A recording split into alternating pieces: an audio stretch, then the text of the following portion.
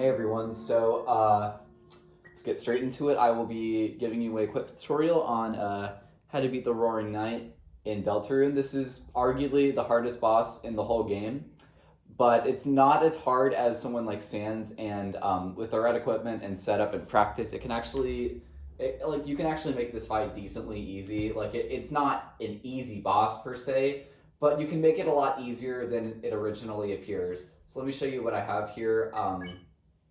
So this battle is mainly focusing on attacking with Susie, where we are actually not going to really be attacking the boss with Chris and Ralsei because their attacks are much weaker than Susie's Rude Buster. So it's important to have a good weapon for Susie. I am personally choosing Devil's Knife because of the 40 TP, rather than 50 TP. Having 40 TP makes it so you can use Rude Buster much more easily. You don't have to graze as well. So it can be good in that way, but I don't think it's the strongest weapon in the game. I believe the Toxic Axe is the best weapon you can get into the game, at this point, at the end of Chapter 3. So it's really up to you. If you want to get, the Toxic Axe, that's okay. It's just, I personally prefer the Devil's Knife. It is harder to get since you do have to have a file from Chapter 1. I'm also equipping the Iron Shackle to Susie because it increases her attack a bit, and of course I am equipping the Shadow Mantle to Susie because it makes her take a lot less damage from the Knight's attacks. And yeah, it's definitely much better to have it on Susie because you want to keep Susie alive because she's the damage output. Meanwhile, during this battle, Chris and Ralsei are basically the medics. So let's take a look at the items I have. Now, revivements are incredibly useful items for this fight because if Susie or Ralsei get swooned, that basically means they won't be able to get back up because they're at negative 999 HP. It's really not worth it to try and get them back up by normal means. So you should probably have some revivements on hand. As you can see, I don't, so I can't revive them if they get swooned. But I have plenty of good items like the Lux Dinners,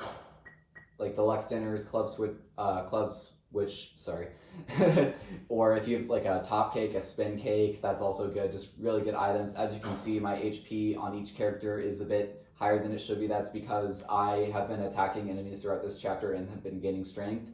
But obviously, if you're doing this pacifist, it's still totally possible. Even if you have just the basic weapons and you spent all your points, you can still do this. It just requires more practice and it's harder, but this is pretty much the best setup for the fight, so now let's just get into the fight at this point.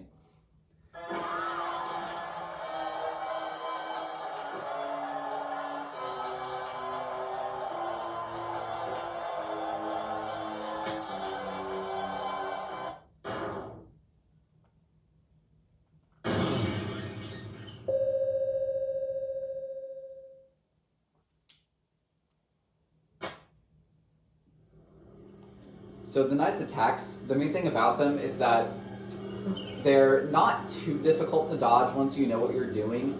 However, the boss punishes you a lot for getting hit on certain attacks. Some attacks will tank you a lot more than others. So it's important to get used to dodging all of them.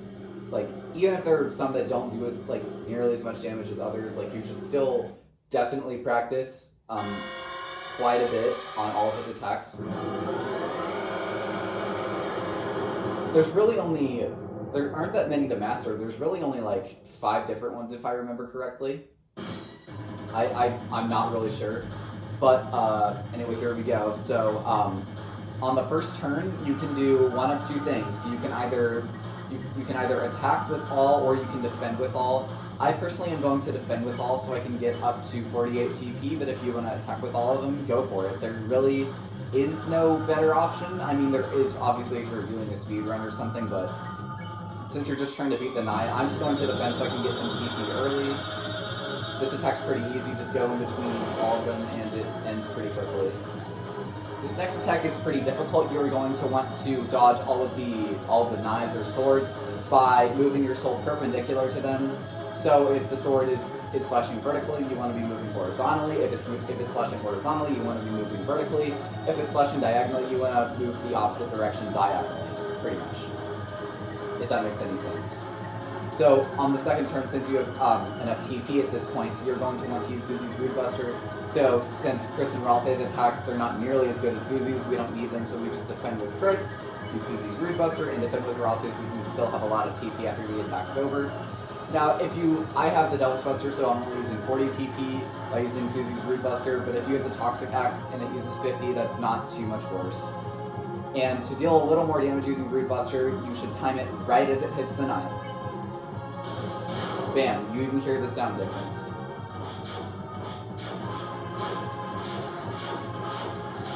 So again, I was just moving basically perpendicular to those attacks. So you're going to do the same thing here.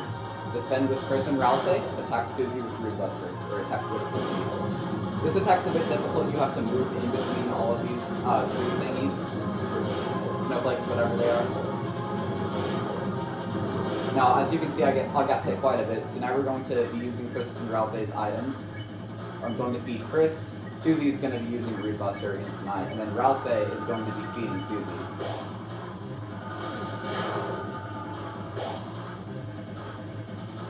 This attack's a bit tricky. You can go slow if you want, or you can go the normal speed. You pretty much just follow the turret and go in the biggest opening you can at the end.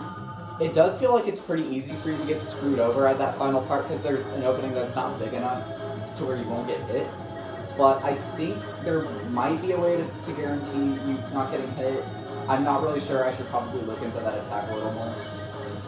But yeah, try to find the biggest opening you can at the end. Definitely don't go where the red is, because you'll most likely get slashed at that point. We're going to just feed Rouse, Susie goes with Root Buster, and then Rouse will defend. As you can see, the Root Buster does slightly more damage every time. Either because the knight's getting more tired or Susie's getting stronger. Defend, Root Buster, defend.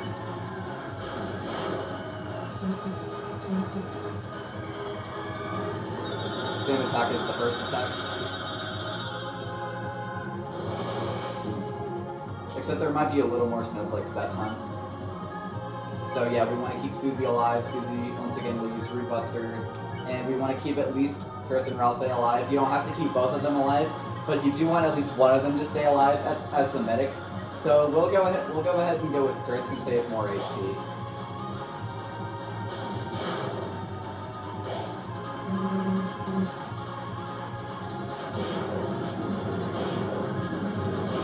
And yeah, obviously practice at these attacks, try and avoid getting hit if possible. I keep getting hit a lot, so I might die here, but that's good for practice, so that's okay. Now since both Chris and Rouse are dead, you'll notice that unlike Susie and Rouse, Chris does not get swooned. They only kneel, probably because they are in some sort of cahoot with the knight. So if Chris goes down, you can heal Chris or just keep attacking with Susie's Root Buster. I am going to definitely heal Chris. I might die here, but that's okay. Practice makes perfect. And this is a very difficult boss. Likely the hardest in Deltarune. I haven't heard of anyone say that they aren't. Yeah, so as you can see, I found the biggest opening I could, and I didn't get hit. So that's pretty much what you're going for. So yeah, I'm going to go ahead and feed Chris. Susie will use Root Buster.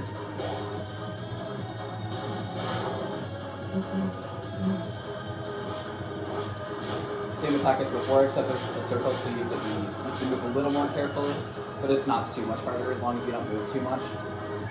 So I'm going to go ahead and feed Susie, and as you can see I'm running out of items. That hopefully shouldn't be too hard, that hopefully shouldn't be too big of a deal here. It might be though. My controller seems to be malfunctioning a bit. This might be bad. Oh no, my controller. Oh god, oh god. Oh, my controller. It's screwing me over here. It's definitely weird. I might have to redo this fight. It's fine now. I think it's screwing me over a bit ago. Something is going on. Anyway. I'm gonna go ahead and feed Chris. Or just, I guess that feeds everyone. This should be the same attack, but it might be the harder version. Yeah, if they turn red and chase you, pretty much just do your best to avoid them, go in between them if you need to. That's the harder version of the attack that comes up later in the fight though. So I'm going to go ahead and defend here. Susie with, actually, should I feed Chris? Yeah, I'm going to go ahead and use this. Susie will, actually you know what, this is a bit of a predicament, so you can either choose to feed them or defend for Root Buster. I guess for now I'll just defend and use Root Buster with Susie.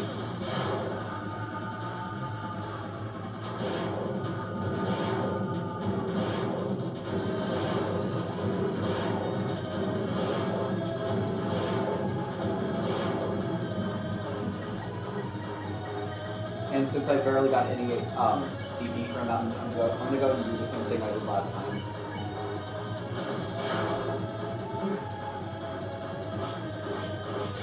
This should be the same as the first attack, I think, just much faster. As you can see, Susie takes a lot less damage because of the fact that she is the Shadow Missile line. Now this could be the end, this could be the last attack. I'm not sure, but we'll see. Second to last attack, I think.